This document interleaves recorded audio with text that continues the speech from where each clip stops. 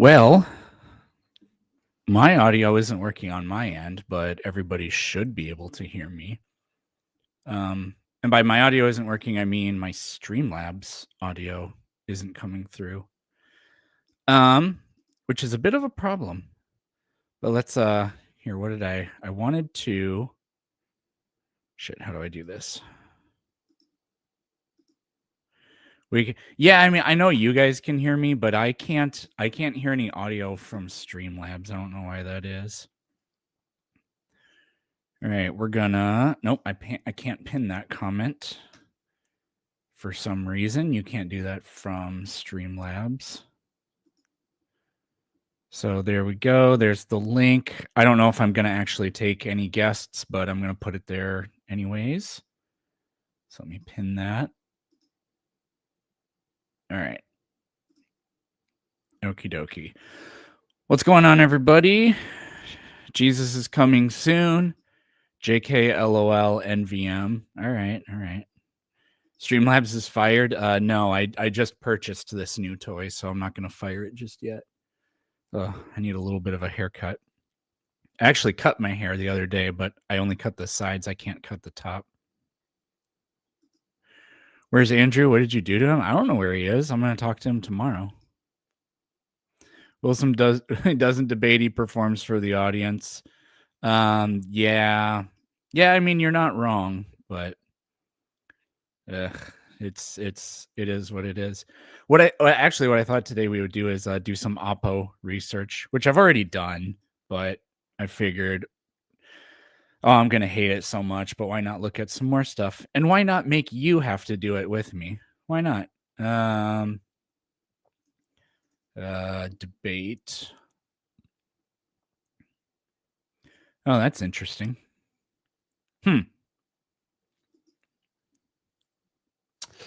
Welcome, everybody, to another...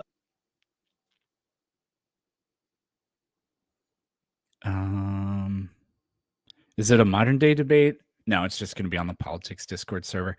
I'm not going to live stream it, but it will be. I'll upload it to my channel the next day. Don't underestimate his capacity to do these things. I don't. I fully expect him to give an absolutely abysmal performance. Live Rattlesnake TV debate between Andrew Wilson. I think it's important to frame this discussion properly. This isn't just about interpreting a few Bible verses. It's actually at the heart of the gospel of Jesus Christ. And I think Andrew probably would agree. The gospel, at its heart, from my perspective, is a message of love, liberation, and ultimately salvation through God's inclusive love. Jesus welcomed those on the margins, those who were excluded by religious authorities. He never asked people about their specific standards of worthiness. Instead, he simply invited people to come and follow him and be transformed. So the question of why we're still debating LGBT people belonging in the church is interesting to me. And let me make this clear. What makes this debate challenging isn't the facts or the theology. It's that Andrew and I are beginning from two fundamentally different places. I am a Protestant who rejects the authority of the Catholic Church and the supposed infallibility of any human being, past or present, including myself. I also don't accept evangelical look at these comments of inerrancy for the Bible, because I think it's simply not true. What I do believe is that Scripture is inspired, authoritative for our faith, when it's paired with reason, science, tradition, psychology, and experience. And that's where my theology comes alive as a theologian and a scholar. I can confidently say that there's not a single verse in Scripture that condemns love.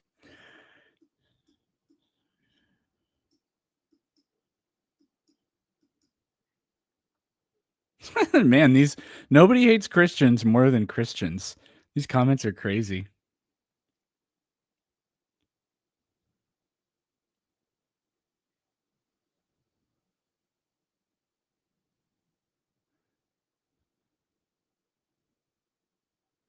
Good Lord. All right, well, let's loving same-sex consensual relationships. There's not a single place that the Bible mandates a male-female binary for romantic relationships. And even if it did, the question would be, why? Because there's zero moral harm caused by consensual adult same-sex relationships or by people expressing their authentic gender identities. The moral logic is clear, the psychological data is clear, and history shows us that Christians have revised their positions on topics like this, including slavery, divorce, and a plethora of other issues. Kitty cat's here. Some may argue that the church needs to hold to traditional values, but let's think about what tradition means. If tradition meant preserving outdated practices, the church would still condone slavery. It would still refuse to marry divorced individuals. It would still stand against interracial marriage. Thankfully, the church has always had the capacity to evolve. There's literally a StreamYard link pinned in the comments there, Paris, but I'm doing my homework right now. I believe we've listened to the Spirit of God and science and culture and the lived experiences of people. And so revising tradition, in my opinion, is actually fulfilling it. And let's not forget that a majority of mainline Protestant denominations in the country today are already inclusive of LGBT people. Even Pope Francis himself has moved towards welcoming and blessing LGBT individuals and our love. And as an openly gay pastor who has served in 3 Protestant denominations, I can tell you that being gay has not had an impact on my ability to minister in my faith in Christ. In fact, it strengthens my connection to the gospel, a gospel that has always been, in my opinion, about love, justice, and inclusion. I think the real issue we're debating is fear. Fear that LGBT inclusion threatens the nuclear family, despite zero evidence for such a claim. Fear that queer Christians will undermine. Okay, I mean, I basically agree for the most part, so. But it's his action. Oh, shit, he's loud. God, relatable to be.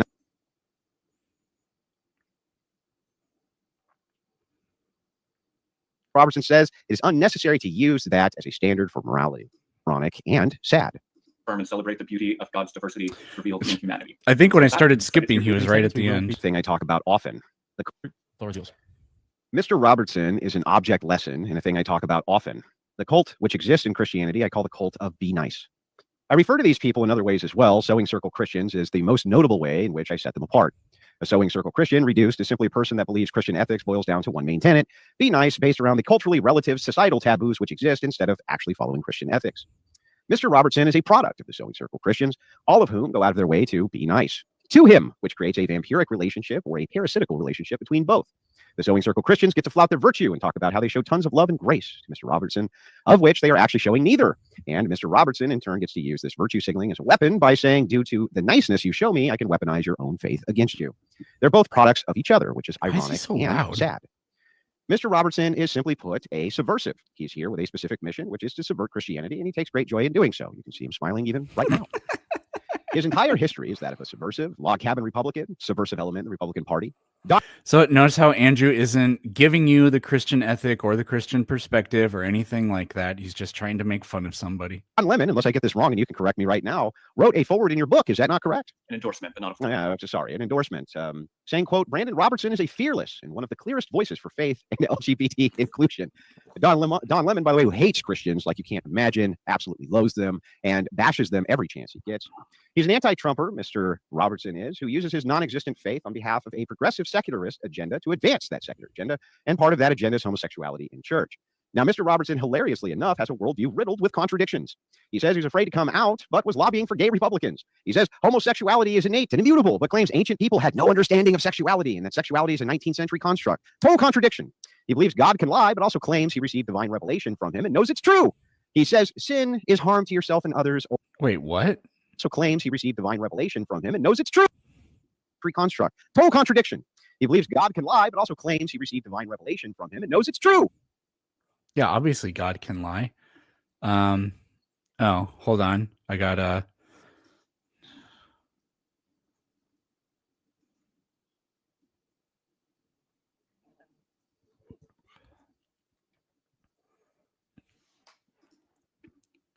I mean, God obviously lies. Like, we know that in the Bible.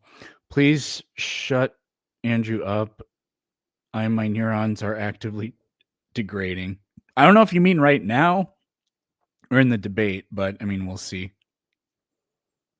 Where's my play button? He says sin is harm to yourself and others, or God's design. By whose standards do we appeal for harm in his system? It can't be the Bible, as Mr. Robertson says. It is unnecessary to use that as a standard for morality. The list is actually endless of contradictions, which make no sense at all.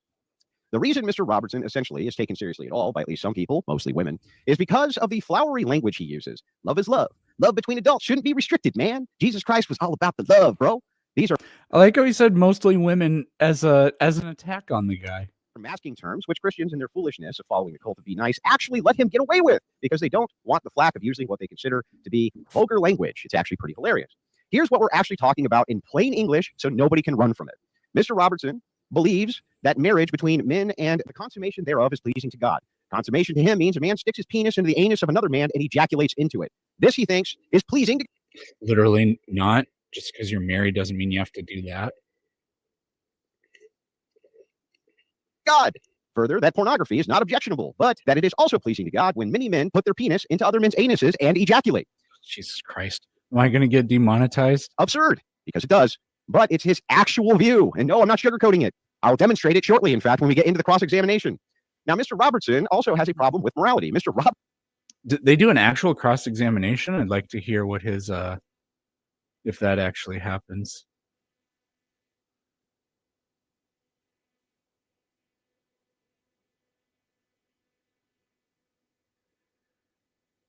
Robertson has to date never actually established his moral standard except from consensus and intuition. Of course, the glaring contradiction there is that if it's the vast majority of Christian intuition and consensus that LGBTQ churches are a reflection of the will of Satan, he can't object. I intend to fully put Mr. Robertson to the question on his beliefs today.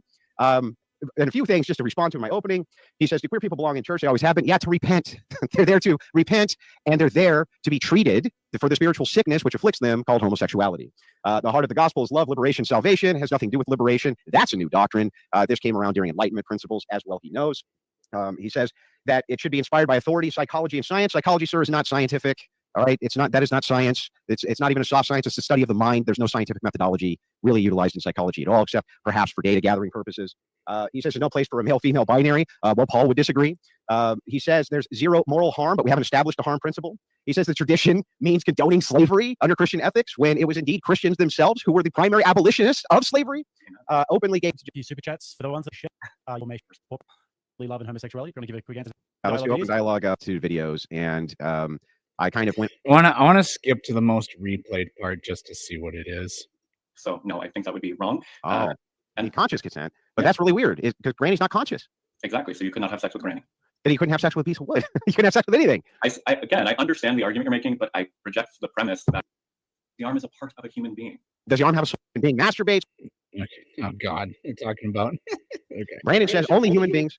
Well, okay. So do they? I don't understand how the cross-examination. It pulls up the Satanic Temple and asks him if he agrees with anything in it, as if no other belief system on the planet has overlapping beliefs with Christianity or something like that. Anyway, go ahead.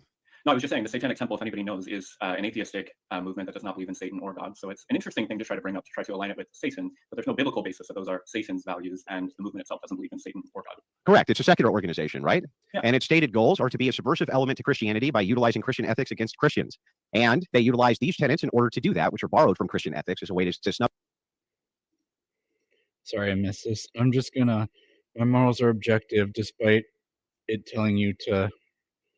Right. I don't know what that means exactly. Their nose and say, nah, nah, nah, nah, nah, nah. We got you, Christians, and you agree with every single tenet of the Satanic doctrine, the secular subversive organization, which is there specifically to destroy Christianity. Is that not correct, sir? That's not correct, actually. I'm good friends with a Satanist who belongs to the Satanic Temple, and his goal and their goal is not to subvert Christianity, it's to subvert conservative Christianity, Christian nationalism, the kind that I do think that you probably represent. So Christian nationalism did not even exist at the time of Levian Satanism. It wasn't even a thing. And the modern Satanic Temple, which took its lead from Levian Satanism's 10 tenets for the now 7, right, also existed before there was a Christian nationalist movement at all, in order to remove the 10 Commandments from any type of public area, in order to remove any type of public prayer from schools, things like this. I suspect these are all things you support. Yes, absolutely, 100%. How is that not subversive? It is subversive. I believe Jesus is subversive. So you're a subversive. Yes, I agree with what you said there. Of course. Okay, gotcha. And you agree with all of the tenets of Satanism? Yes, I do. Absolutely. Okay. So now that we have some of that clarified, can we just move on to a couple of basic questions that I have for you? Yeah. You converted to Christianity when you were 22. No, 12. 12. I'm sorry. I read here that you made your final conversion or acceptance at 22. Is that right? When you were an adult? Yes, Travis. Okay, what did I get wrong? A few things like the log cabin Republican thing is also interesting and incorrect. But I became a Christian at the age of 12 in a fundamentalist Baptist church and ended up in an evangelical church. Then went off to Moody Bible Institute to become a pastor. Why? I don't care about this. Because I believe that sex is best Sex with men? No. You didn't group sex with men since you've been a pastor? I have a direct question for you. You may find it offensive, but I would like to have it answered. Have you engaged in group sex with men since you've been a pastor? No. Never? No. Do you condone group sex with men? No, I would not say that's general sexual ethic that I would endorse. Why? Because I believe that sex is best consensually, lovingly between usually two people. But I also, and I write about this extensively at the end of my new book, that my version of sexual ethics isn't about rules. So you're going to be hard pressed to get me to come down firmly and say something is right or wrong objectively in all situations. Then why not? Hold on, everybody. We got to pause. I hate to do this, but I actually love to do this.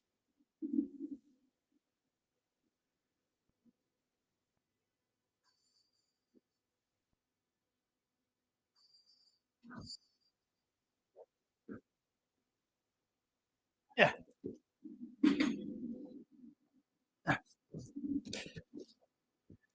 We just got a letter. We just got a letter. We just got a letter. I wonder who it's from. Damn it. This is actually wrapped like, I can't open this. Yeah, it's a package of Spankies. So maybe I won't open them up. eBay uses tape that's like insanely hard to open. It's not like that Amazon crap that you can just rip open without even trying. I know I saw the shipping label. I didn't show the shipping label. I showed you the bottom. Engage in group sex. Because that's not what I want to do. Yeah, no, but if somebody does want to do it, why wouldn't you condone it? I think that if your values are centered on love, consent, and adult relationships, then anything can be a healthy expression and anything can be an unhealthy expression. Okay, so then you would, if somebody came to you and said, well, there's 4 of us men and we all want to get married to each other, Yes. you would marry all of them together, correct? Yeah. You couldn't have an objection to that, right? No, I still Okay. support polyamory. And so if they all went home that night and had a big gay orgy, you would Not not. an orgy if they're married. I wouldn't say that. Yeah, okay, you wouldn't condemn it, right? No. Yeah, so you would condone it, you would marry. So you do condone this activity. Sure. Okay, now, The way that you're framing it now, yes. yeah, now if 6 secularists made the declaration that they were married, Yeah. right, absent your authority to marry them, of which you have none, but if you, assuming I just granted that you did, the secularists who give themselves the authority and then they all marry each other, all 6 of them, you couldn't say that they're doing anything wrong, right? I don't think consensual adults in relationships are doing anything wrong. No. Never, Not if it's a consensual, loving relationship. because there's no harm, right? Yeah. Yeah. Can you tell me then, sir, Brandon, I'm really curious about this. If your grandmother died and you dug her up from the grave and nobody knew about it and you had sex with a corpse, can you demonstrate for me the harm? She can't consent, so yes, that would be the harm. Wait a second. She doesn't need a consent. She She's not alive. What? No, wait, what? What? I think you're spinning yourself in circles here. My standard for sexual morality is that all sex has to be consensual. Can a tree consent? No, and I don't think you should have sex with trees. So then if you have a wooden dildo, that's a no-no in Brandon's world? I think that's a little bit different than having sex with a tree. But Why is that different? I think sex toys and trees are different. Because it's dead, Brandon? I honestly am not sure exactly. Yeah, because it's dead, right? The wooden dildo's fine, because even though it's a part of the tree, because it's dead. It just tries to make everything as absurd as possible, as if everybody doesn't believe in some level or at some level in something that's sort of contradictory. So, if he thought about this ahead of time, that's just incredible that he wasted his time on this. So it's fine to have sex with corpses if you think it's fine to use sex toys made of trees, because the sex toy isn't alive and neither is a corpse, therefore it's fine. I don't know if that's a compositional fallacy or exactly what that is, but that's incredible. Can't wait for this debate. It's going to be good. I'm actually pretty sure that it'll be absolutely horrible in every way, but I guess we'll see. What the hell? Dead, right, Brandon? This is an absurd word game. Can you answer my question, please? It's not an absurd word game, right? Yeah, because it's dead. So then if grandma's dead, what's the objection? I think consent between human beings is how sex should be lived out. Yeah, that's not a human being. That's a dead body. It's a corpse. It's not a human. I think it's still a human being. What makes it a human? Do you consent? What do you think about masturbation on your part? I'm interested. Well, I think it's sinful, and that you should stay away from doing it. Now, if I answer that question, let me finish. You can ask your questions, right? We got a long debate here, Yeah. but can I finish my inquiry, please, before you move? Yes, I take it this isn't going to be a real cross-examination, because they're not going to take turns asking questions. They're just going to play tennis. But Andrew, every time you hit the ball to Andrew, he just throws it over the fence and then serves his own ball that you have to hit. If you just claim your morals have an objective source, you suddenly lose the responsibility to defend them from your own tuition. He's accusing Brandon of condoning this, but God can command it. Yeah, I mean, I know that Andrew's view on this is God tells me. I hear God's voice in my head. He's explicitly said that before. Move off of it. If you masturbate with a wooden dildo, and that's conceivably fine, but having sex with a tree which is alive is not, then the only threshold breaker there is that the wood is dead. No. it's that it's not a tree anymore. That is the only. Well, then what's the threshold breaker, Brandon? Human. Tree. I Yeah. believe I don't concede the point that a dildo is a tree, first of all, but I also didn't say it's a tree. I said it's part of a dead tree. So then what if we just cut off grandma's head and you just had sex with that? I believe that a sexual relationship has to be consensual between two human beings. Yeah, but they're not. What makes them human beings? They're not alive. Consenting human beings is how sex should be expressed. Yeah, consenting human beings. If it's just because if they're dead, then they're not consenting. I don't think the guy really. I actually like the way he framed it. Yeah, I know, but that makes no sense, Brandon, because if they're not alive, what makes them now human beings? Clarify which one you're talking. consenting human beings. If they're not consenting, or if they're not human beings, or if they're a former human being but not consenting, then it's not part of his ethic of consenting human beings. Andrew hasn't found a contradiction here. Well, I'm a human being. You're talking about a corpse, right? A corpse. And I'm guessing you don't think that it's okay to have sex with any part of a corpse. That's a consenting human being, yeah. Right. You can't have sex with any part of a corpse, but you can have sex with anything that's alive that doesn't consent. So if you have sex with wood, right, that's a part of something which is dead, just like if you were to have sex with grandma's head. How am I wrong, Brandon? I think you're wrong because, again, the way I center my sexual ethics is not through confining, but through a set of values in the middle and moving out from there. If you are engaging in a sexual practice with oneself that is consensual, I think that is fine, generally. Okay, and a wooden dildo is fine. Sure. Okay, but that's I wouldn't recommend but that's part of a now dead tree. So if you say the wood is no longer tree, and the wood can no longer be the tree because the tree is dead, right? Then how does that not apply to human beings, Brandon? Can you explain that to me? Human needs to consent in order to engage sexually with them. Yeah, that's not my question. Can you repeat my question so I know you know it? No, because this is what I'm going to answer. Okay, so I'm gonna repeat my question. Fine, and I'm not going to answer. I can hear the thundering rumble and see the lightning flash of the shit show on the horizon. Yeah, that's very poetically but accurately put. So you're not going to answer any questions because you don't like the entailment of it. So here's the logic, Brandon. If you have a wooden dildo, that's a part of a tree that is now dead. You say that is fine to do because it's no longer a tree because it's dead, right? It's a part of a dead tree. It's not a consenting human being, yes. Yeah, but you can't have sex with a tree either, right, Brandon? Because it's not a consenting human being. Yeah, okay. Well, wait a second. I don't concede that it's having sex. I wouldn't say that. So if a guy, I'm sorry, the only proper way for you to have sex is with a consenting human being, period. Yeah, I don't think masturbation, in my definition, would be sex. I wouldn't say dildo is sex. But masturbation, in your view, is fine. Yeah. Okay, so could you use Granny's hand that's cut off and masturbate yourself with her hand? It's non-consensual, no. Well, wait, it's not consensual with the tree, the dead part of the tree now, Brandon. Trees can't even do consent. I reject that premise. What's wrong with it? Where's the contradiction? I think it's just an absurd premise. I think you know that it's an absurd Well, you're just saying it's absurd. It's not an argument, right? Well, that would be. And you just saying a tree, a wooden sex toy is the same thing as grandma's head is not an argument. So that's not an argument. So here, I'll put it in a premise for you. Brandon says only human beings should be able to have sex, right? Consenting human beings. Yeah, if a human being masturbates, that's fine because after all, if they're masturbating, in Brandon's view, that is not sex. I'm not incorrect so far, right? That's all good. Perfect. Okay, so if you take a piece of a tree and you shove it up your butt, right, in a masturbatory fashion, that is fine from Brandon's view, right? Because after all, there's no human being requirement. Is this true? Because it would be really hilarious to bring that up tomorrow and to be like, well, apparently being raised in Andrew's household with Christian ethics produces lesbians. So nobody take any lessons from Andrew. There to consent to. If you use Granny's dead arm, where's the human being now? I don't accept the premise that because Granny's dead, she's not a human being. Yeah, no, it's just Granny's arm. It's still part of Granny, and she's not a consenting human being. So if I got my arm cut off, that arm is a separate human for me? What the hell did I just walk into? Yeah. yeah, sorry. No, but if somebody tried to use your cut off arm for sex without your consent, that would be wrong. Why? Because it cannot consent. Yeah, but neither can the piece of wood. But the wood is not a human being. Yeah, but neither is an arm. We're going to keep going in the circle, and also I'm going to keep saying. Yeah, well, what makes an arm a human being? The arm is a part of a human being. Does the arm have a soul? I actually don't have answers to questions about the soul. I think that's beyond our pay grade. Do dead bodies have souls? Perhaps. You think that the soul stays with the dead body too? Perhaps. I don't know. I've never died. So you don't know? You don't. Do you think that human beings have a soul? No, and neither do you. It seems likely, yes. Seems likely. Okay, so you don't know where the soul goes. So if somebody cuts off my arm, would it stand to reason then that it could have split my soul? I don't know. You don't know? It's above my pay grade. Okay, so when it binging Wilson content, God is real and he's punishing you. This would prove Satan. I just figured we'd take a look at some of this to get an idea of what kind of absolute buffoonery we might be in for tomorrow.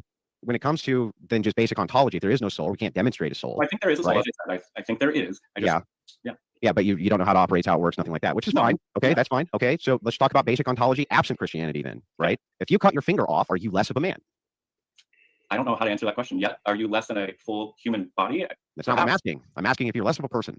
But what constitutes a person? Yeah, Andrew, your question doesn't make any sense because the guy has no idea what you mean by that. And so he's just going to constantly, I don't know if this counts as a Mott and Bailey, but he says something reasonable and then he jumps to something absurd. Where it's like, oh, well, this is what a human being is, right? Okay, well, if you're missing part of your finger, then you're not even a human being anymore. Therefore whatever, Well, from your perspective, I think a person would be like, it would have to have consciousness, perhaps self-awareness. That would be person, what a person is. Yeah. So the finger couldn't be a person. Yeah, so a finger couldn't be a person. So if a finger's not a But person, I still think it belongs to a person, and therefore I would want consent. what makes it? Why does it belong to you if you're dead? Nothing belongs to you. Do you think people have belongings when they're dead? Sure, I'm sure you believe in an afterlife. Perhaps they do. The Egyptians sure thought so. Yeah, you All do. right, So gentlemen, maybe we should. Yeah, there you go. There's no reason you can't believe that. Yeah, man, this guy's actually really uh very, very well thought out. Yeah, the Egyptians, they believed you owned all kinds of things after death. There's no reason you can't believe that, and there's no reason only a Christian can believe that. Get back on topic a little bit more. And I don't know if you guys want to continue the cross-examination on a different topic. I think that this is pertinent to the topic because what we're establishing is metaphysical principles and ontology. And so what I'm trying to determine is what Brandon, I'm just doing a basic consistency. You have to challenge him on the inconsistencies between the Old and the New Testament. No, I actually don't plan on doing that really at all. Sorry, but I will not be giving my debate strategy here either. Although I have thought it out already. I've written, oh man, I have a document for it. All the possible lines of questioning and rebuttals and stuff. It's pretty lengthy. So, the differences and the contradictions between the books, authors, and denominations, and don't let him avoid the question. So I am actually going to do kind of what you said there, but not all of that. Try to study a little bit about he's Antiochian Eastern Orthodox, which doesn't really matter for reasons that I will not get into during today's live stream. Jack. If Brandon says there is no soul and he doesn't know what happens in the afterlife, right? Well, you're not sure. So it's possible there isn't. It's possible there isn't. I'm pretty sure. Pretty sure means it's possible there isn't, right? Sure. I'm an agnostic. Okay, so if it's possible that there is no soul, right? Then if the finger is cut off, right? Then I mean, even if there is a soul, that can't be what constitutes you, right? The finger cannot be what constitutes you. Absolutely. But it's a part of you. It's a part of you, I would say. Okay, so got it. Now I understand what you mean by person. So let me reframe the question then. If it were the case that Granny gave consent that you could have sex with her dead body after she died, can you demonstrate the harm? I think you need conscious consent in my sexual ethic. So no, I think that would be wrong. And there you go. consent. Or you know what you could, I mean, Brandon can't do this because he's a Christian, but because Andrew's just so disingenuous and so annoying, I could just respond to every single absurd hypothetical he asks me with, yeah, I think if Christians did say that they believe God told them that was fine, then it would still be wrong. I could just say that every single time. And then he would just ask me, like, why do you think it's wrong? And I would just say, I simply think it's wrong. And the difference between you and me is you're incapable of condemning it, but I can. Go ahead and convince yourself and everybody else that I don't have a reason to say it's wrong, but here I am condemning it, and here I am pointing it out that you actually can't condemn it. But that's really weird because Granny's not conscious. Exactly. So you could not have sex with Granny. Then you couldn't have sex with a piece of wood. You couldn't have sex with anything. I understand the argument you're making, but I reject the premise that a piece of wood that's turned into a dildo, by the way, wooden dildos sound like a terrible idea, but any other sort of sexual toy, like, I think that's a wholly different inanimate object category that we're talking about versus a consenting. So what you could do with what he's doing right now is you could ask Andrew, do you support cannibalism? And he would say no. Like, well, Andrew, I'm sure you know that anytime a human being prepares food, some of their body, some of their skin cells or whatever, their DNA is going to get into the food. So Andrew Wilson actually does support eating human tissue. So Andrew Wilson cannot condemn people who engage in cannibalism because Andrew Wilson engages in cannibalism all the time. Human being. Okay. That's how stupid and absurd he is. What I'm asking you for is to demonstrate the harm, not how you're feeling. Well, maybe he's not stupid, but that's just how absurd and dishonest he is. Care how you feel about it. The Eucharist is cannibalism? No, because the essences and the accidents. That whole argument, oh man, that's stupid. The argument goes, I can't remember which is which. Essences and here, let's look it up. What they started saying was, for the transubstantiation, the essence is the property or set of properties that make something what it is. Without it, it would lose its identity. And accidents are properties that something has contingently, properties that something would lack without losing its identity, features or traits of such as color, weight, and these things. So even by this, it's actually hard to gauge which is which. But what they say for the transubstantiation is that the wine retains all. It's not like if we put it into a supercomputer and analyzed its, or what do you call those things? A mass spectrometer? No, not a mass spectrometer. The thing that analyzes chemical composition. I don't remember what it's called. They would say that if we put the wine after it's been blessed into there, it would 100% say that it's still physically just wine, but it now obtains either the accidents or the essences of the blood of Christ. So it's a real miracle. So literally nothing at all changes, and they just say that a miracle has taken place. It's really, you could only this isn't a is this a Platonic or an Aristotelian idea? I don't remember, but maybe it was Aristotle. I don't know. But you could literally only think of this idea if you didn't know anything at all about the fundamental structure of matter. That's the only way you can get away with it. And people keep trying to get away with it today, but it's completely stupid. Hey, breakfast tacos. Oops. Is this turning into homeopathy? Okay. No, God, I hate the way StreamYard works with the screen sharing. It works in such a stupid way. I don't care what you believe about it, right? Like, well, my personal feelings are that's I don't like it. Phenomenal. Your whole position is based around a harm principle. You have That's not only three tiers. You were asked this. You have 3 tiers. Your first tier is harm to self. Second tier, harm to others. Third tier, harm to God's creation. Andrew hasn't answered a single question so far. Demonstrate the harm. But if Granny leaves, Okay, let's see if he ever does. that's the case, then obviously the activity, which is around these immutable characteristics, happened. So Yeah, if it happened, so if it happened, then it's descriptive. So when you say, hang on, let me finish my point, then you can clarify. So when you say, Brandon, the ancient world didn't really understand homosexuality, they did understand it very well. It was, if it's innate, they couldn't control it, right? Then they gravitated towards this innate characteristic. You're misunderstanding the argument I've made consistently across 4 books and thousands of videos, which is not. It's a bad argument. I don't misunderstand it. Make the argument. Make the argument. I am making it. The argument is that yes, people engaged in same-sex relationships all throughout history. I agree. Emperor Hadrian and Antinous were in a very famous same-sex relationship in the Roman Empire. They existed, and in fact, I would even concede that in the Greco-Roman world of the first century, there.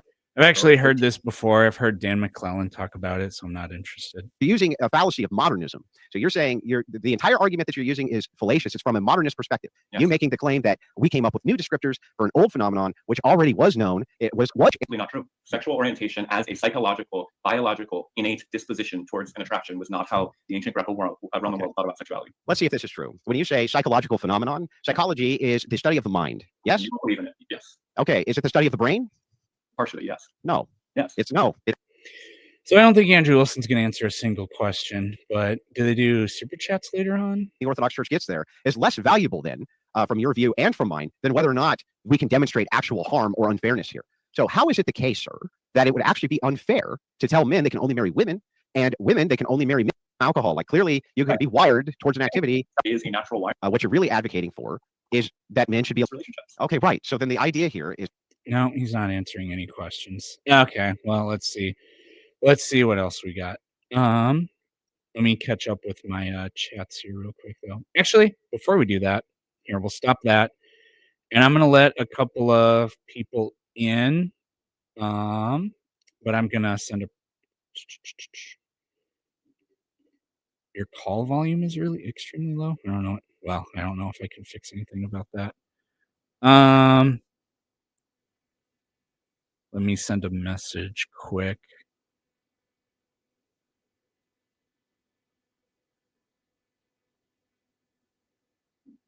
Bring in a couple of people to talk to briefly. Andrew won't answer any questions. He has to give up control and shut up long enough for the other guy to talk.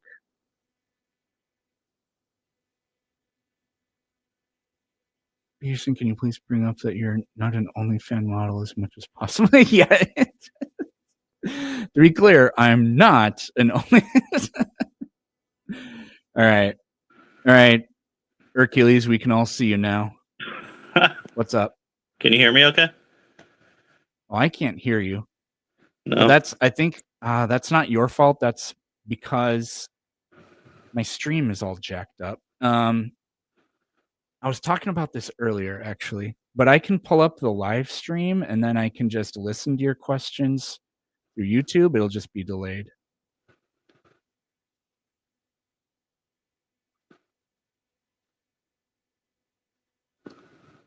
Actually, that won't work either. Oh, it's a dog. Yeah. Why the hell is my audio not working?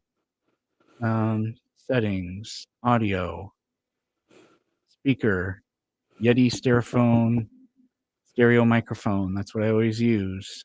OBS, black hole channel. Oh, do I have the site muted? Ha! You're such a fucking idiot, Eric. That's what it was. Okay, yeah. I can hear you now. What I didn't realize is I had the website muted on Google Chrome. That was the problem. Okay. So what's up? To be honest with you, I have no idea what to do right now because I wasn't expecting any of this to happen. I wasn't prepared for anything. I just wanted to say, what's up, man? I really like your channel. Show the dog. Show the dog. I'm going to be, when I get a little bit more confident in what I'm doing here, I'm going to be, I just really like this community. I'm going to be trying to partake in a little bit more. So it's, yeah, I really like I like what you do, man. It's cool. That's Yeah, I Lola, mean- by the way. The only reason I'm good at it is because I've been doing it for years. So just keep at it. All right, brother. I'll see you around. Sounds good. Jesus love you. Luca, I've talked to Luca before. Luca, you are now in. What's up? Hello, What's up? I'm good. Hello again. It's You have any- me. Yep. You got any questions? Yeah, actually, what, like, I know you, I know the other, you kind of explained it to the other guy a bit, but what got you into the debate thing stuff? So like going way back, like all the way back to like 2018 when I started my YouTube channel, I kind of wanted to be an online educator. I wanted to be like Hank Green or something like that. And I made videos for a really long time and nobody ever watched a single one of them. And then when the pandemic started, I created I was like doing spaghetti at the wall kind of stuff. I was doing like just kind of off the cuff videos, just like talking about what I want to talk about, react videos, funny stuff, political ideas or science ideas, whatever. And so I downloaded TikTok for fun, and the video was, can TikTok make me laugh? So I downloaded the app and I scrolled, and the game was, once I've laughed 3 times, then I stop. And I think I scrolled for like 45 minutes before I laughed 3 times. So Oh, then another thing I was doing was kind of the reason I got into the debatosphere was during COVID, I was going on Omegle, and Omegle's like chat roulette, except there's a little bit less, that thing that happens. Omegle. And what I started, Sorry. yeah. I remember Omegle. Yeah, I once used Omegle as well. Is it still around or is it gone? No, I'm pretty sure it's still around. But anyways, Oh, okay. what was I saying? I would go on there, and every now and then I would run into just like horrible people, like neo-Nazis and Republicans and and people who just like very, very, it was mostly like political stuff. But I would run into these people, and I found that like I would talk to them and I wouldn't really know what to say in response to them other than like, you're wrong. And everybody knows that that's wrong. You're an idiot. Or I would just get pissed off and tell them something horrible and then disconnect. I was like, that's actually kind of embarrassing on your part, Eric. Like, if you know things, then shouldn't you be able to, articulate them and demonstrate that you're on the right side of things? So that was a motivation for me to like be better at that kind of thing. But then it took me a while before I started doing TikTok live streams, but eventually I started doing those, and I was just with the purpose of talking about science. And so that's kind of how I got into it for the most part. Basically, I shamed myself into doing Oh no. Well, I guess I should go. I first got into it around maybe 2020. Yeah, during COVID, I guess. But yeah, I mean, COVID was a time when you really couldn't go out, and you spent a lot more time online. And online, I did find about flat Earth. I yeah, I didn't think it was anything to be serious about, or just a handful of people might have thought about What's up, it guys? and We stuff. are what? What's Okay. that? Sorry. What's that? No, I didn't say anything. I think I'm still screen sharing, so I think you heard the computer for a second there. Oh, okay. Well. Do you have any other questions real quick? There's lots of other people waiting, and I was gonna I'm get sorry. back to I'm videos. sorry. Yeah, I'm gonna go now. Okay. Sorry. Bye. Have a good one. Countries and presidents learn and the culture war. Okay. I'm gonna Hercules, I see your question here in the private chat, and I'll just answer it. The question is, you're a teacher. Does your online life behavior cause any problems or conflicts of interest? I'm actually not a teacher right now. And I definitely would say that this is my only source of income, basically. I do have like a little side gig, but it's like it amounts to almost nothing. I would say that I am more unhinged and less reserved than I typically am. Or than I usually am, like when I'm a teacher, and I just kind of think like, well, I don't really have to care anymore, do I? So, but then I do think of like, well, what if I go back into teaching? Am I going to delete a bunch of old stuff or something like that? So no, it doesn't. I've pretty much always just done and said whatever I want to do and say.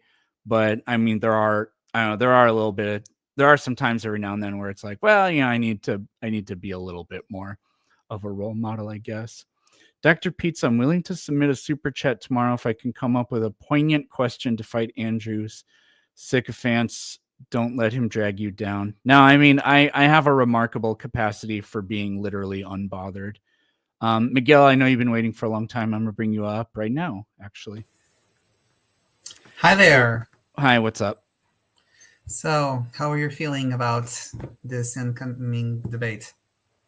I mean, I wouldn't say I'm nervous, but I don't have faith that it'll be really very productive. Because he doesn't cooperate and he doesn't engage.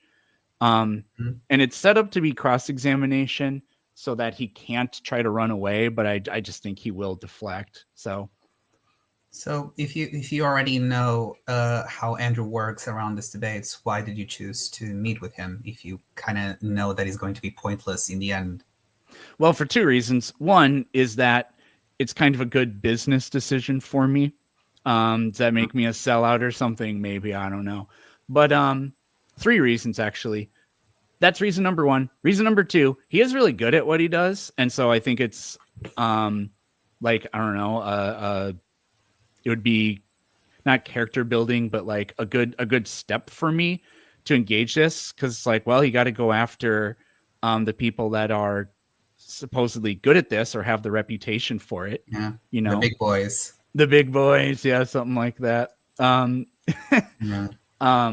Cranky-old Cuber, I'll come back to that later.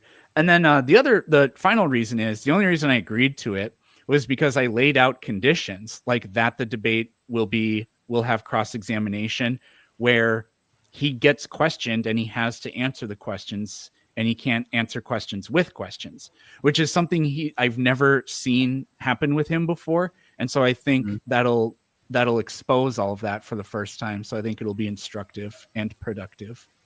Will you have a moderator? Yeah. Good.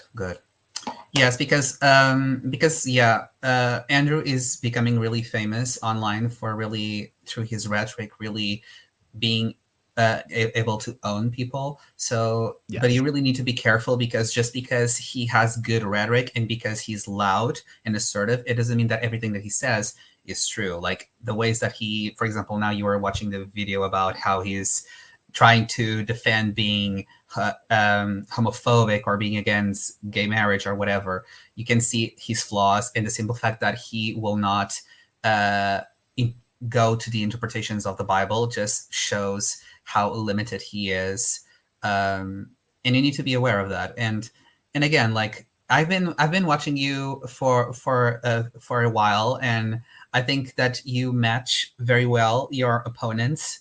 I'm much more of the kind of guy that likes to approach people with much more of a level head, but sometimes I like to also see somebody that shares my beliefs to be a little bit more aggressive and assertive to people who kind of don't know what they're talking about, especially when it comes to the Yeah, because, for example, because it's important for us to criticize the Bible, and I think that now we are living in an age where, with the deconstruction movement, not just from atheists, but even with Christians, honest Christians, they are really understanding that the Bible should not be taken literally, and there's serious problems. For example, one of the things that makes me unable to trust the modern day Christianity is because, for example, a lot of them still believe in Adam and Eve, and we, through evolutionary biology, already know that Adam and Eve didn't exist, and even through the evolution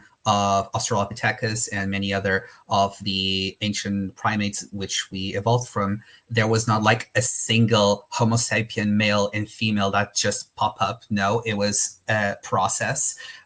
So the idea of Adam and Eve is completely rebuttal.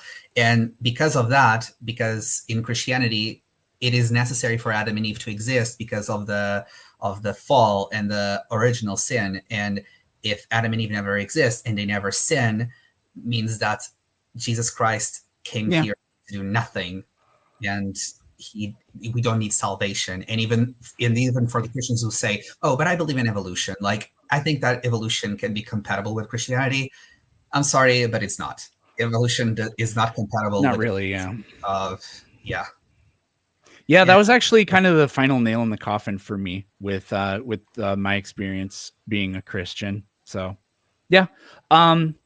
Any final things kind of rounded out? I want to get back to watching. Yeah. So I think that what I would like to ask you is, because you are really a person that is rooted in science, and I think that is great that we have people to fight for science. And again, I think that we should really start to fight against people that think that science is a pagan ideology, like some Candace Owens, by the way, who likes to spew that narrative. But would you be open through the scientific method to explore things who could be considered metaphysical? Like, you don't need to accept them, but you could like look at them in a scientific eye and say, okay, we don't have an answer for this, but it doesn't mean that we're going to put this away. For example, near-death experiences, which is something that even science is trying to understand how it works. You think that science could still look at this and not take such a leap of faith? I mean, how do I want to say that? Like, science works on the boundary, the frontier of what we don't know. So, I mean, I can't really think of a historic example, I guess, but no, I mean, if we just keep an open mind about certain things and then try to investigate them scientifically, I mean, that's how whole new paradigms come about. So I see the value in it. I don't necessarily poo-poo it. If you're claiming that something is, like fundamentally supernatural, like when creationists pretend that science proves the Bible, I'm just like, well, not only does it not, but it never could. So just please stop with that. Or some metaphysical ideas, like that abstract concepts exist in a different realm. It's like, okay, well, I'm literally not interested in that, because you can't adopt that framework and do or know anything that anybody else can't. You can win arguments maybe sometimes if the other person doesn't know what to say, but that's basically it. Yeah, because you cannot reproduce evidences like in the typical scientific method. Yeah, that makes sense. Yeah. Yes, I'm just making that. I was just making that question because I think it is a little dangerous for people to associate atheism with materialism. I think that atheism should be seen just as a philosophical position about the metaphysical realm, where theism is just one particular part of it. But that's just me. So I thank you very much for your attention. Continue a great work, and good luck with Andrew. Although I can tell you that you don't need to debate that type of guy, that you have everything figured out. Yeah, and we'll see how it goes. Thank you. I saw this super chat a long time ago, but I was giving Miguel my full attention. But does Spanky have a way he would like for his followers to make the sign of Spanky? I never thought about this before, but something I do every now and then when I'm just flailing about because I'm on the spectrum is we're going to do this. This is the official sign of Spanky. Okay. Put this in the archives. No, shit. That's not right. You go boom, boom, boom. That'll be it right there. So 1, 2, 3. That's a sign of Spanky. You do that in public and then everybody will know. Booyah. That's the sign. I saw the sign. So I don't like Vaush all that much, but he's very sharp. And he seems like the kind of guy that could shut down what this guy says. What channel is this? Playing with Fire. So this does not sound like an unbiased channel.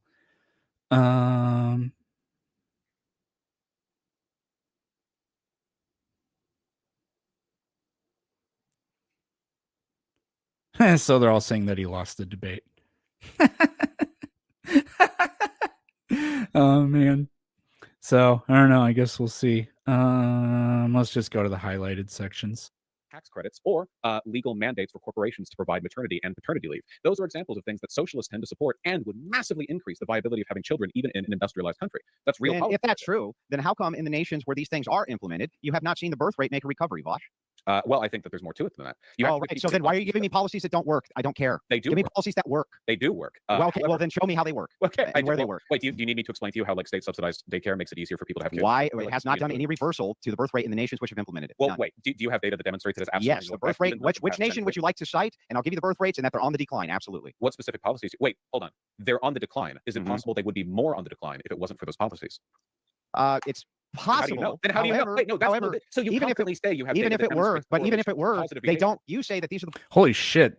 They talk way too fast for the for this. We'll bump it down just a little bit. Yeah, I am not looking forward to it, but I'm looking forward to it.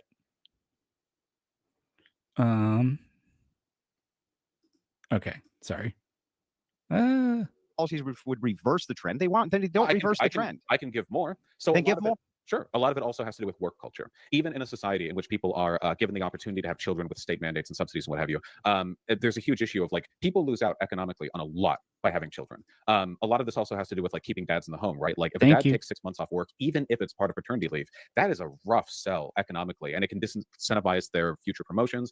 I think that we should have a culture that is much more permissive towards people not being nonstop 24/7 workaholics, because that shit kills families. Not only does it prevent people from having kids, it also fucks up the kids if they are born. This is a restatement of the same exact claim. You're giving a material position to this, and yet in the places where you have these material positions, like France, for instance, where you have a reduction in the work week and you do have these types of childcare programs, you still see the collapse in free fall of their birth rates. This is not reversing these trends whatsoever. One second. France birth rate over time. You use very scary words like collapse and free fall, and I just want to make sure that it looks like yourself.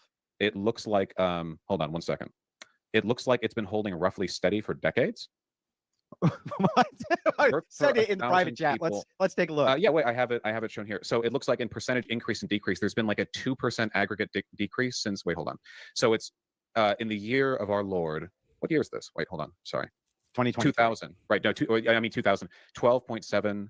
And then right here you had down to 1. So I guess as of 2020, France was at 1.83 births per woman. That's not even replacement rate, Vosh. You have nothing here. Well, Okay, but what's the rate over the past few decades? You need Also, to have they at have least immigration. 2.2. But even if that were true and the rate were still decreasing past your policy implementation, it hasn't reversed it.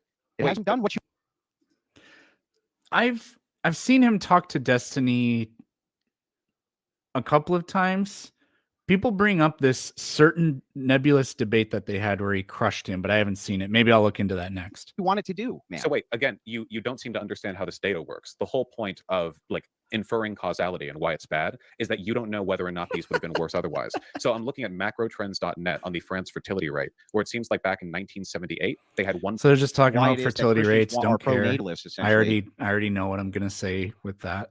And don't why think we see Christians that are as a pro-natalist. massive problem. You can see this competes, and there is data linked within that link, which is competitive to the UN models, which shows that the UN models could be vastly incorrect with their projections. I can't really engage with a random 4-citation article that says, hey, maybe the UN and all that data is wrong and there are millions of calculations and predictions. Okay, would you like it from Forbes instead? I just, you are not going to convince me that the population is about to engage in erratic free fall. I think we should just talk about It's what already policies there. we want to put forward. This isn't like a policy first issue. If you want, there are policies that you can promote. And if people are happy and feel like they can, maybe they can have more children. But the idea of like, we They're need to still drop every talking about that? fucking million Protestant churches. Yeah. How can a Protestant church operate as a holistic church if they don't recognize church authority? What is that? They are their church authority. That's the They point. can't be their church authority because they believe in sola scriptura. They get all of their ethical commands through the Bible alone. Okay, so hold on really quick. So do you think, so hold on, which is correct then, the Catholic or the Orthodox church authority? The Orthodox church authority is correct, yeah. Okay, so not the Catholic. Even the Catholics recognize that the church authority of the Orthodox is also correct. Okay, so you agree then with the precepts of the current Pope and all the statements that he's made? No. They agree with us. We don't agree with them. Whoa, hold on. He was chosen by God, was he not? No. Oh, who? Then where in the Orthodox Church? One more time. You're not listening. So just listen and you'll get this. The Catholics agree with us in our church doctrine. We don't agree with theirs. So your doctrines are different. Yes, we don't have popes, but they concede that we have correct theology and church authority. Yes. Even though you disagree with them, how does that work? We don't agree with them. They agree with us. I just said this 4 times. He's not explaining million anything. Protestant churches, Oh yeah. no. How can a I accidentally Protestant clicked on Agree the. then with the precepts of the current Pope and all the statements that he's made? No. Agree with Vosh. What's wrong with that statement, Vosh? So considering the fact that churches... No. What's wrong with that statement, Vosh? Answer my question, Vosh. Stop pivoting from every question I ask you. I just answered all of yours. Come on. If you get so triggered, we can't even talk. There's no point. Bro, you just pivot. Stop pivoting. Stop pivoting. Let him finish answering. Won't he answer? You won't force him answering mine. Only me answering his. So force him answering mine now. Hang on. I literally did that like 10 minutes ago. Let's just No sense. Sure. Yeah. Because churches, and I know this for a fact with the Catholic Church, not only are there like different groups of Catholics, right? It's not just one group, and there are groups of the Catholics who don't agree with the Pope and this, that, the other, but also considering the fact that churches tend to have pretty holistic worldviews when it comes to all of the precepts of their religious text and authority and all the ways in which they should act and all their ethical precepts, the idea that the Catholic Church could just wholesale endorse the Orthodox Church, while the other way around doesn't really work. If the Orthodox Church believes things that are contradictory to the Catholic Church couldn't endorse those contradictory practices. That doesn't help me understand. I'm curious. They agree with us, and they agree with our doctrine. We do not agree with their. For crying out loud. He's not even trying to address what he's saying. Michael, you can't debate with somebody who won't play the game. People make the mistake trying to argue fact when this dude will just deny it and change the subject. Yep, I mean, I've seen it before. Doctrine. So it's like Vosh saying, I agree with everything Andrew says. Okay, but I'm still going to live my life and whatever differently than how Andrew does. Okay, you can still both of these things can be true at the same time without any problem. Now back to my question. Now it's my turn. Remember, I just want to know. I've never talked to him. I just answered your question. Now, Vosh, let him ask the question. I have to catch up on my religious history before I can challenge. Actually concede that they don't because they can't. Now, when you're talking about Christian nationalism in and of itself, of course, I would always advocate for my church to be the church that was, What's insane about this is Andrew's official position is that God talks to me and that's how I know things. That's literally what the Catholic position on the Pope is. The Pope is guided by the Holy Spirit. And when the Pope is doing like speaking ex cathedra or whatever, he is imbued with the power of the Holy Spirit to be incapable of making any errors. That's literally what Andrew believes, but Andrew only believes that it applies to him and not to the Pope. So I genuinely don't understand why he gets to make that claim and then reject Catholic doctrine about the Pope being the vicar of Christ on earth. Somebody's got to tell me why I'm wrong about that. I could ask ChatGPT, I guess.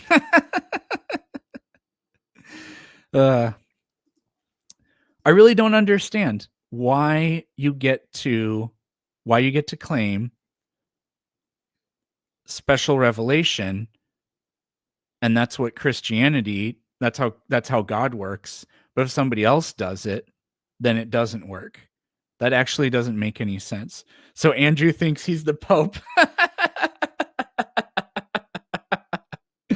The doctrine of papal infallibility. Yeah, that's what it's called. It doesn't apply all the time. It just applies to when the Pope is like about to speak on like official church orders or something like that. Why didn't you tell me you were going live? Just hit the bell, dude, and then you'll know when I'm going live. Andrew's going to claim apostolic succession. Okay, then I'll just claim papal succession, and that Peter was the first pope put there by Jesus. There, Catholics win.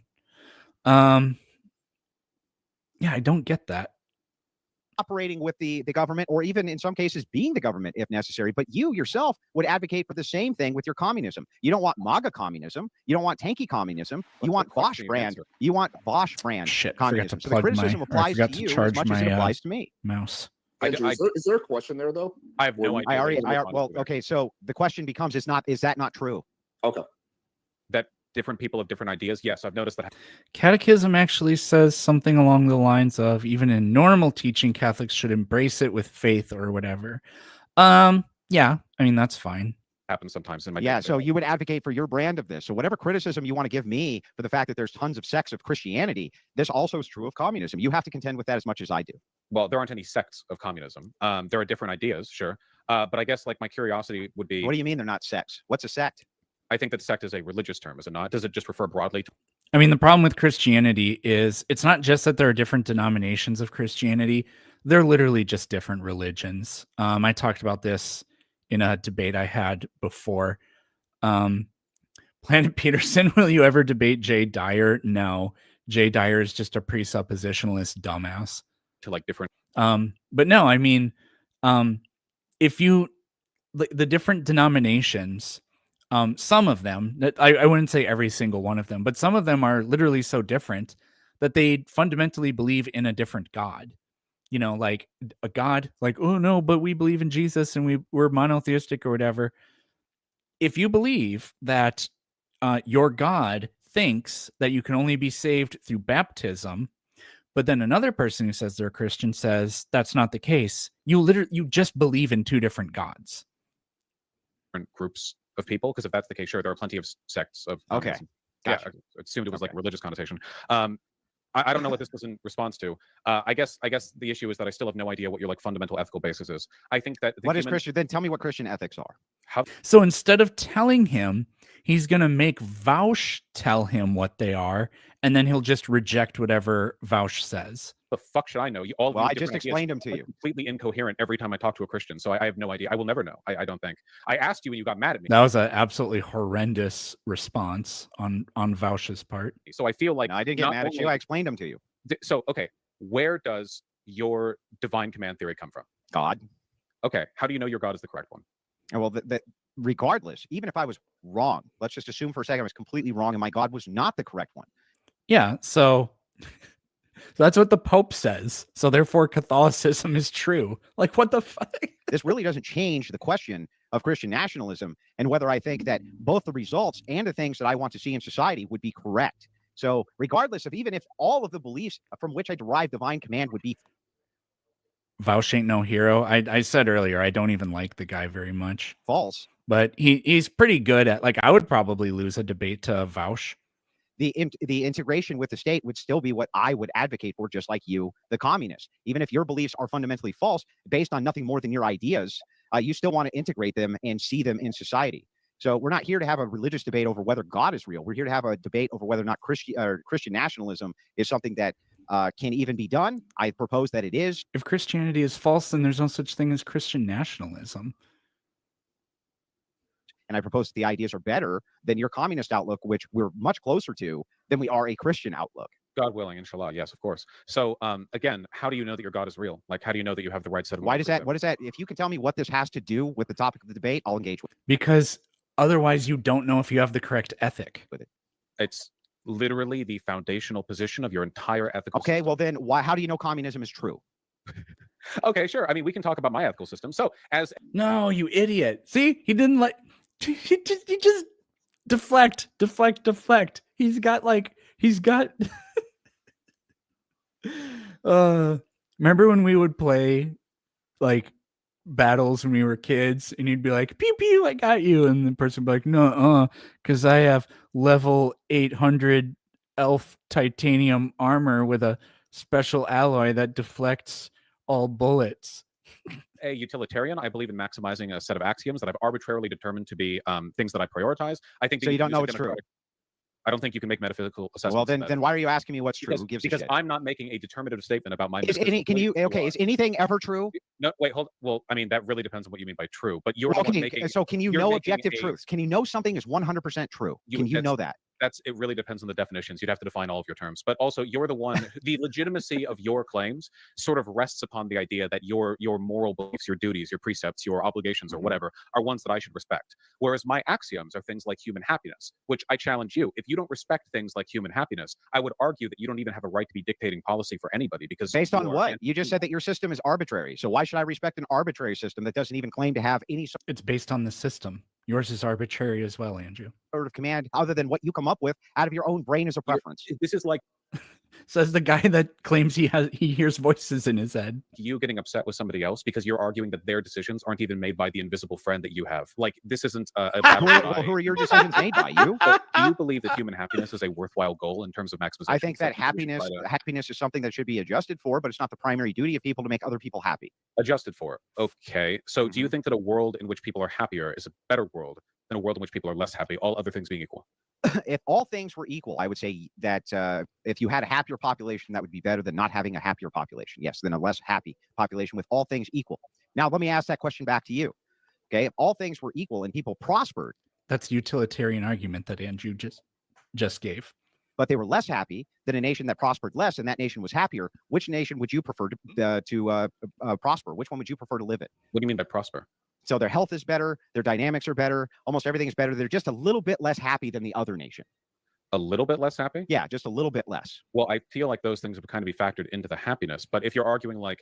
I just said all things equal, Vosh. I answered your question in good faith, answered mine in good faith. If all things are equal, one population is just slightly less happy, but the other population by every other metric is doing better than the population that's just slightly less happy. That's not all other things. Is your moral imperative to go to the population which is less happy? You can't. Yeah, it's baked into the hypothetical. All things equal. You can't say all things equal and then say every other thing is different. You can't ask me the same question. Wait, hold on. I'm answering.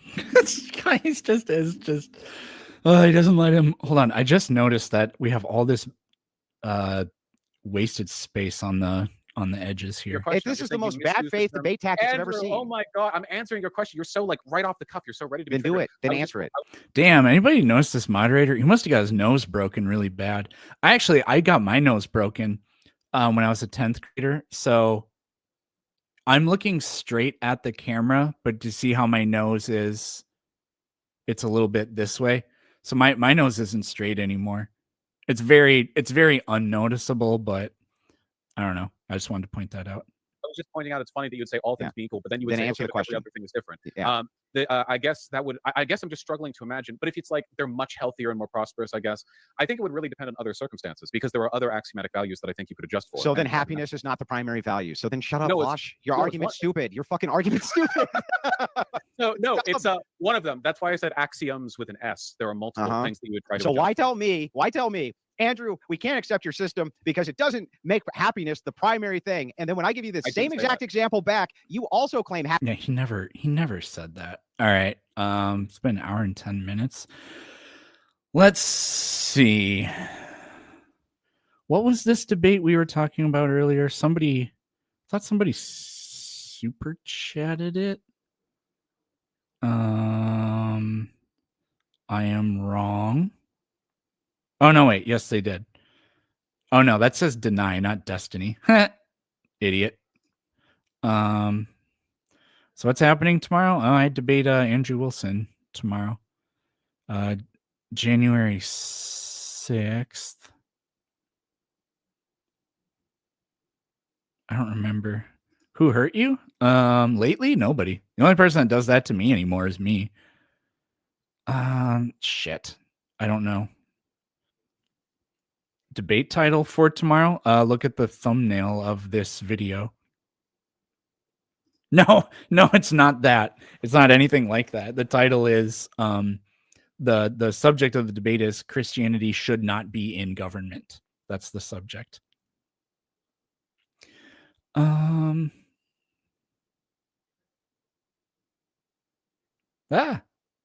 Why is this guy on here?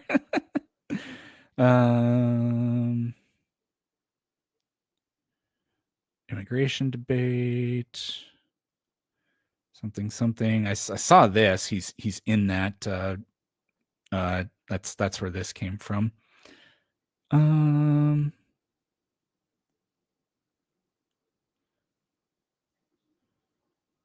mean, I don't know which one it is.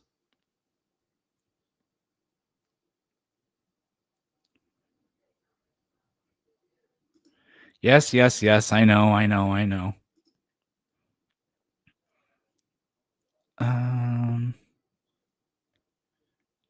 I don't care about the insurrection. I don't know what debate this refers to. Somebody was bringing it up earlier. Dense tinny. Yeah, I mean, I have no idea why he was even there. Woke Destiny ambushed by Andrew Wilson and annihilated in debate. What does that even mean? Oh, man. Well, when you said authoritarian, what is he doing? Which is that's not an ambush. Like, the premise of this whole thing is you, I've seen this before. His entire argument is, oh, you think Trump's a fascist? Well, the government is fascist. Okay, then Trump is fascist. I don't know what. I mean, this isn't going to be relevant at all to the discussion. Well, this is a completely different debate, so I don't know what this is. Maintained by women. Do you think that in a society without men, women couldn't do these things? Like you're picking the most, not to sound mean, but like you're picking like the bottom. These are the bottom men of society. These are the, not to be mean, but these are the bottom of the electricians are the bottom of society. That's interesting. I'm sorry. Andrew Wilson from The Crucible absolutely destroys Destiny in Oh, for crying out loud! Now I'm not interested in this stupid commentary. What do we got for notifications here? All right. Well, I don't know. Maybe that's all the Oppo research that I need to look into. Andrew is Darth 2.0. I don't know about that. I mean, kind of, but they don't talk about the same stuff. I'll browse the YouTubes here and see if I see anything else. Oh man, this is gonna completely fuck up my feed now. I'm gonna have to go in and click don't recommend these channels that there's content I was watching. Oh yeah, the Bible contradictions quiz show. I absolutely love that one. The Jeopardy game that they play. Yeah.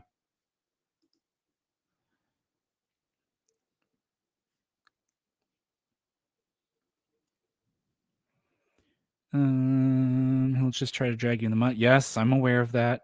I'm very aware of that. Do you think he's more verbally abusive than Darth? Yeah. Yeah, he's better at it too, because Andrew Wilson will attack your like your personal identity and stuff like that. He's really good at it. The fact that Catholics need to embrace the faith with normal teaching actually makes it impossible for them to believe in evolution because of humani generis. I assume that's Latin for something, the generation of humans. Non-stamp collector was an OG. Yeah, he made an announcement that he was going to start making new videos a while back with better animations, but I don't know if he actually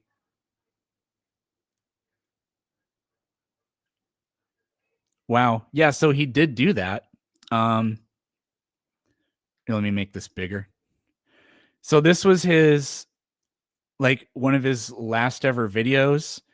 And then, yeah, I remember he made this announcement where he's like, I'm going to start making new videos with better animations. But, like, I mean, they are better, but it's like, it's not by a whole lot. But yeah, there's a 3-year gap there. And then didn't do anything for 2 years. And then that's just a recycling of old stuff. That's a new one. That looks like some dressing up of some old stuff too. So yeah, I mean, the guy, he only made 70 videos. That's crazy. He said everything he needed to say, and then he just figured, yeah, I don't know, I'm done. Let my work serve as a museum, I guess.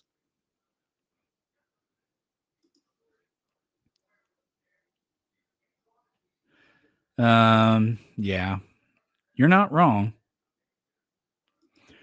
Please be ready for questions like, in your worldview, what does wrong evil mean, or why should we care about?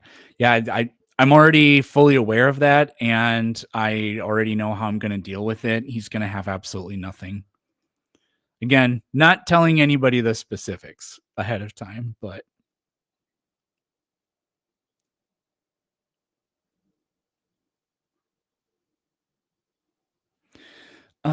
anyways, is there anything else is there any fun stuff we can look at? Against Gettier cases. Interesting. That's a 30-minute video. Huh. Do Gettier cases prove that justified true belief falls apart or not? I'm actually... Dude, what the fuck? Where'd he go? I'm actually interested in that, so I'm going to open that up in a new tab and watch it later.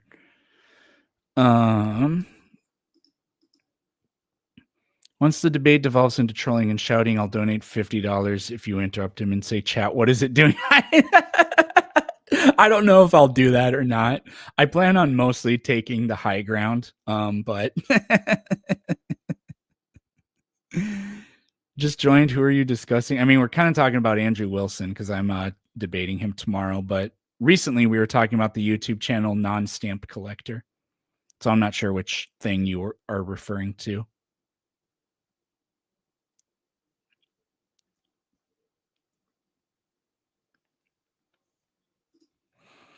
Is that a point where you have a belief that is justified to a point, almost certainly, but it's actually wrong?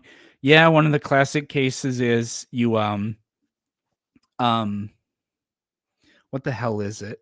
There's one about having coins in your pocket that I can't remember, but there's another one about how the hell does that go?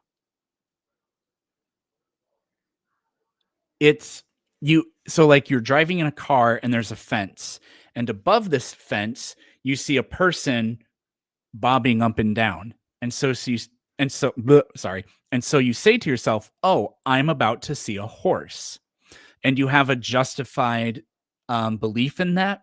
But then what happens is the fence ends, and what you find is that person's actually riding a llama, but off on the horizon there are horses.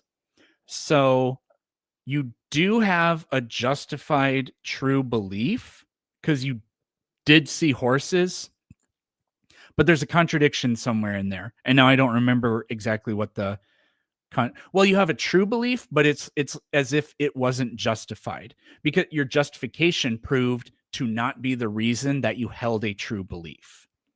So there we go. To me, I mean, when I heard about those, I thought it was interesting, but I just kind of thought, for me, it was mostly just a realization of your statement is kind of a low resolution statement, if that makes any sense. I don't know.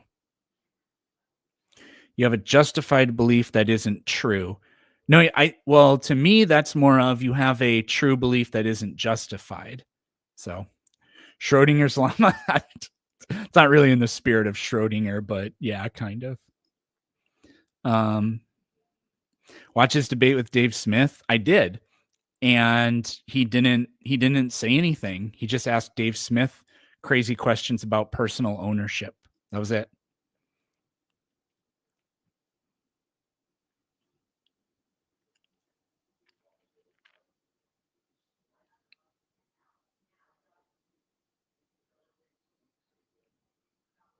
Yeah. Well, you know what? I mean, shit.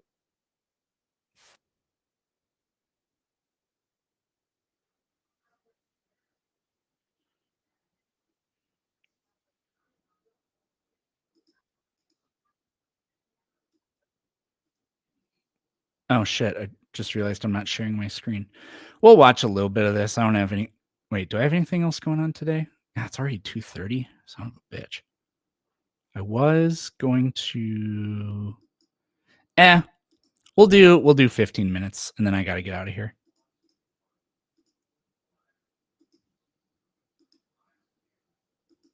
Is what is knowledge? What are the necessary and sufficient conditions for a belief to count as knowledge? And the story goes that the traditional answer, the traditional analysis of knowledge, was that knowledge is justified true belief. So S knows that P, if and only if S believes that P is true, and S is justified in believing that P. That supposedly was the view that pretty much all philosophers had up until the mid-20th century, when a guy called Ed Gettier came along and presented some cases where it seems that a person has a justified true belief in a proposition, but they do not know that proposition.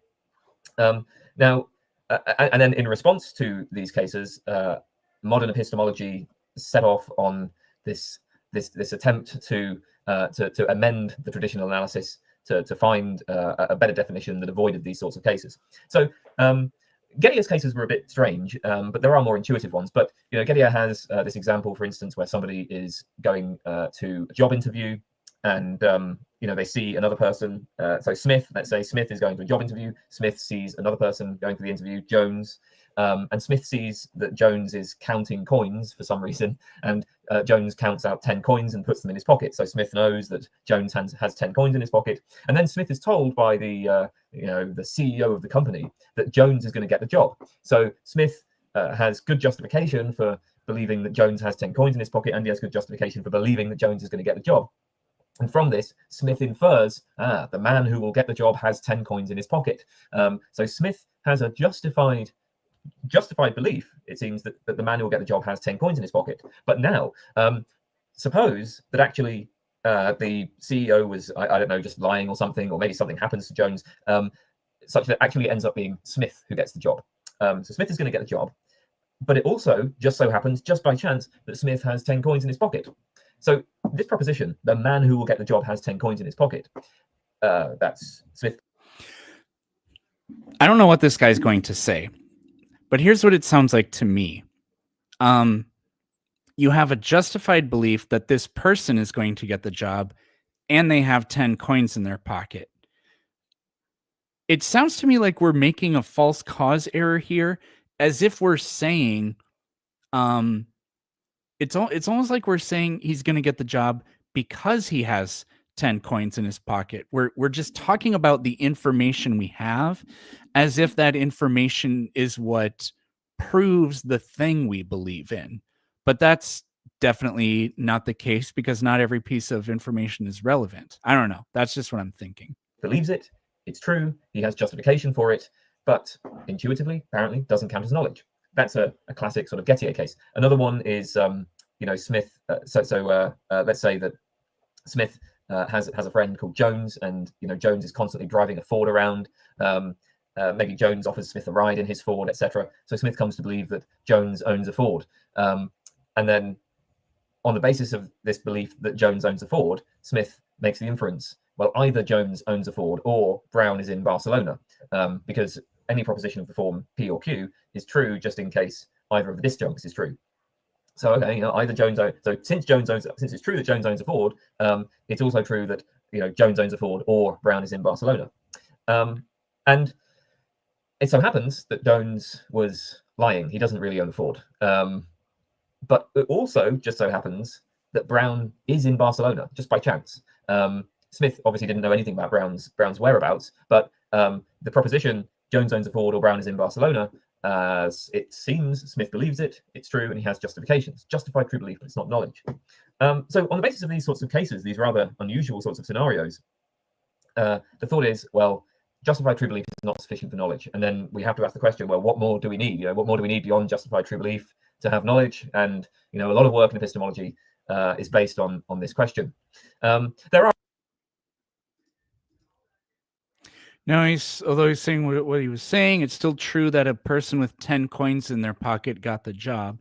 Well, yeah, but the belief isn't a person with 10 coins in their pocket will get the job. The belief was Jones, who has 10 coins in his pocket, will get the job. But then I guess, yeah, the Gettier case here, you're right, specifically is a person with 10 coins in their pocket will get the job. But then you're flipping it and saying, well, that's true, but it's not true because the person with 10 coins in their pocket that you thought was going to get the job didn't. And to me, it's just like, yeah, I mean, two different things that are both like, you have two, I don't even want to call them ideas or whatever, but like, what would I call this? What do you call two sets of true claims? Not even that.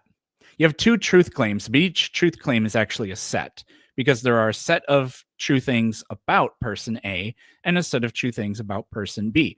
And there will be overlaps between those two people. And it just almost feels like an arbitration of well, you know, some of the overlaps were true, but some of them weren't. So we don't have JTB. Seems a little silly. Are actually more intuitive sorts of Gettier cases. So a case which I quite like is the stopped clock case. So let's say I wake up in the morning, I look at the clock, it says 8 o'clock. So the clock reads 8 o'clock. Now, it so happens that it is in fact 8 o'clock, but also the clock had stopped at 8 p.m. last night. I don't realize that the clock had stopped, of course. So, you know, I just look at the clock, it says 8 o'clock, and that provides me a good justification for believing that it's 8 a.m. So my belief, it is 8 a.m. is true, it's justified, it's a justified true belief, but intuitively, it's not knowledge. Okay, so I think that Gettier cases do not provide any good reason to abandon the justified true belief account of knowledge. I should say that Dave, you're right. That might be the most perfect and easy to understand example. I do not myself endorse the justified true belief account of knowledge. But all I'm saying here is I don't think Gettier cases are a good reason to drop it. And I actually kind of feel like the justified true belief account has got more going for it than most of the accounts of knowledge that have been developed in response to Gettier cases. So I suppose in that respect, I think the Gettier cases have been, they've had a negative influence. So the issue, I think, is, I mean, there's kind of like two problems as I see it. I think with a lot of these Gettier cases, it's actually not the case that the people in these scenarios have justified true belief. And actually, the way that epistemologists tend to think about Gettier cases is, I think, sort of symptomatic of a broader problem with philosophy, which is that philosophers will often assume that beliefs have the form of, you know, like, so they'll assume that our beliefs have the form of propositions that kind of follow logical relations. So let me explain, right? Let's take the case of Smith going for his job interview. So the thought is, okay, Smith sees Jones counting coins, so he believes that Jones has 10 coins in his pocket, and then Smith is told that Jones is going to get the job. Knowledge is the overlap of three sets in a Venn diagram: truth, justification, and belief. You can have a justified belief in a false claim or an unjustified belief in a true claim, and so on. Yeah, no, I was thinking something like, what if, I don't know, like, let's imagine the job interview, right? He believes Jones will get the job, and because Jones has 10 coins in his pocket, he believes a person with 10 coins in his pocket will get the job. But it turns out he gets the job, but he also has 10 coins in his pocket. So he actually did believe something that's true, but it wasn't justified. I almost feel like that's not really that much different than, I just thought of this example in my head. Like, what if he was watching the interview, like for some reason they made it so you could watch the interview through like one of those two-way mirrors or something. And he's sitting in there and he says, oh, the person, I don't know if you guys have ever seen this before, but like if you have colored lights, it makes the color of certain colors look different than they are. What the hell would be a good example? Well, here I can just show you. How color lights affect color.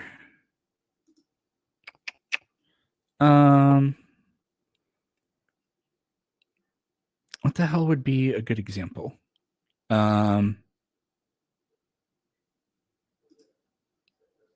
Because there's actually really crazy amounts of color cancellation that happens when you do this, but I can't find a picture on the internet for you. So whatever. So let's just say that he's watching the interview and he sees that the person has yellow hair, and he watches them shake hands, and let's even pretend he can listen to the interview, and he says, you know what, you got the job. They shake hands, and so the person says, the person that got this job is blonde.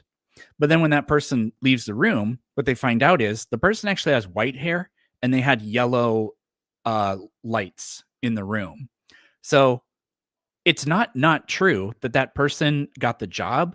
There's this set of knowledge that the person believes they have about this claim, but it turns out that one of those things wasn't true. I feel like the Gettier thing is just kind of doing the same thing, but maybe I'm being naive. I don't know.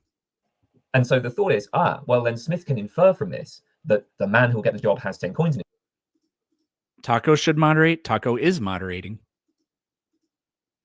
his pocket. And of course it is true, right? If we have the proposition that, Jones will get the job, and we have the proposition that Jones has 10 coins in his pocket, then yeah, we can logically infer the proposition that the man who will get the job has 10 coins in his pocket. But the issue is that what is it that Smith actually believes here, right? So when Smith holds this belief that the man who'll get the job has 10 coins in his pocket, I would suggest that the man just refers to Jones, right? So I mean, that's what I said.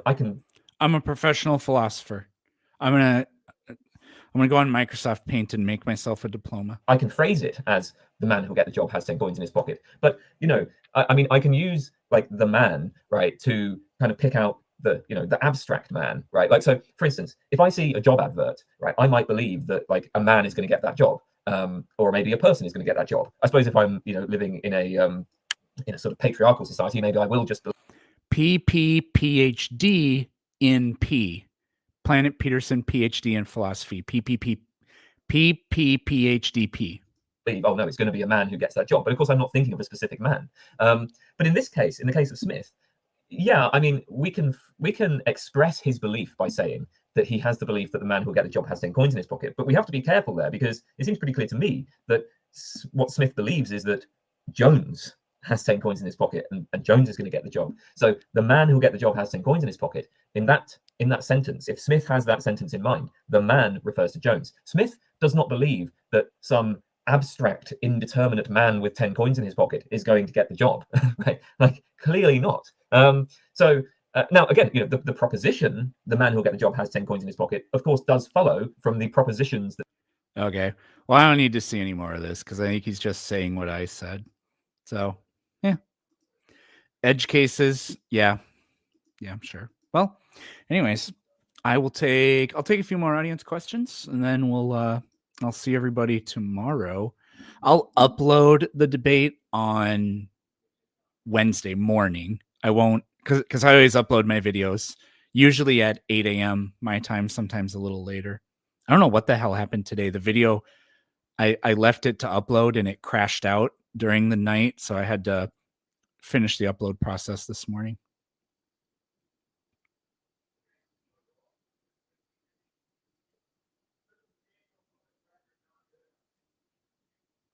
It's a language problem, as it always is. Yes. Philosophy is just the process of figuring out how one sentence undermines another sentence.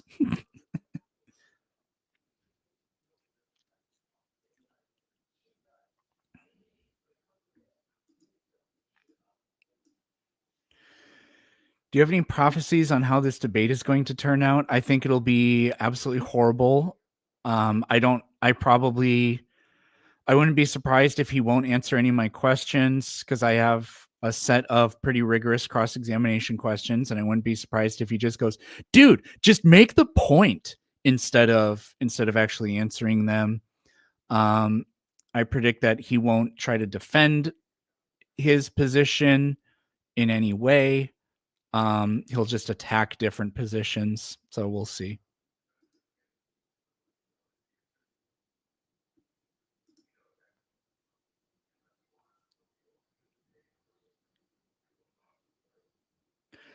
Yeah, that would be totally possible. I might stream tomorrow. So Altair, that's hilarious. Nothing is true. Everything is permitted.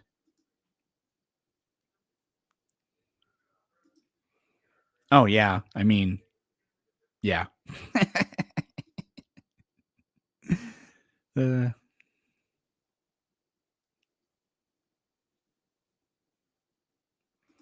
should one-up him by smoking cigars. I got fake cigarettes.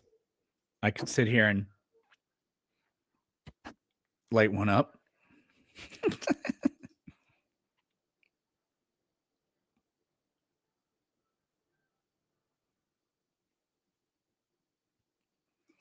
Listen closely, he contradicts his points sometimes. Yeah, I mean, I already know the fundamental contradiction in his belief. We went over it earlier.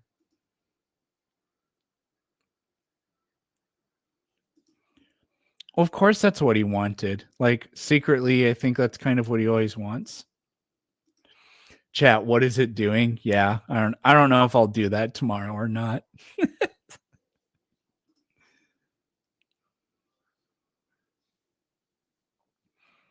All right, one more question. Yeah, this isn't a question, but you are absolutely right, Drigsy.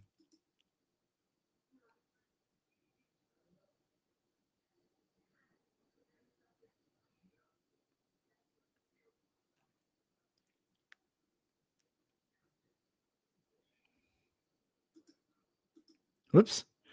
He'll try to make you answer questions he can't. Yeah, I mean, I think I know how to deal with that. You should dress up like him and put on a show using his dumb style against him. You mean wear a plaid shirt? I guess I could.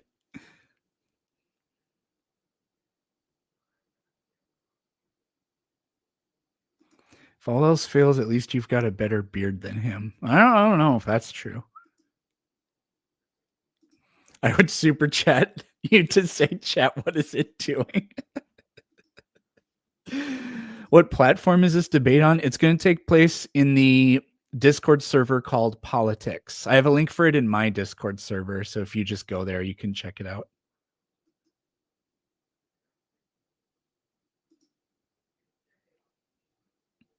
Yeah. Yeah, that would be funny. I could just say, wow, you're appealing to emotion. Can you come up with a non-fallacious logical argument for me, please? Instead of appealing to emotion. Oh, this gives Andrew icky feelings. Yeah, I need better than that, Andrew. Did you come prepared with any material? Did you come prepared with any logical arguments that don't require you appealing to emotion, which is a logical fallacy? That would be funny. You should multi-stream it. I mean, maybe, but nah. Sorry. I don't really like listening to T-Jumps debates. I really don't. And that was the final question I was waiting for. So we will. Same time tomorrow, everybody. Maybe. The debate. Wait, when is the debate? It's at is it 6 p.m. my time? So it's 9 p.m. Eastern time. Let me look that up to make sure before I go.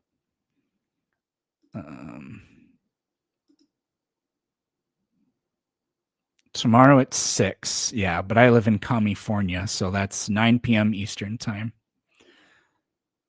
Alrighty. Well, thanks for hanging out, everybody. Thanks for the support. And we'll catch up.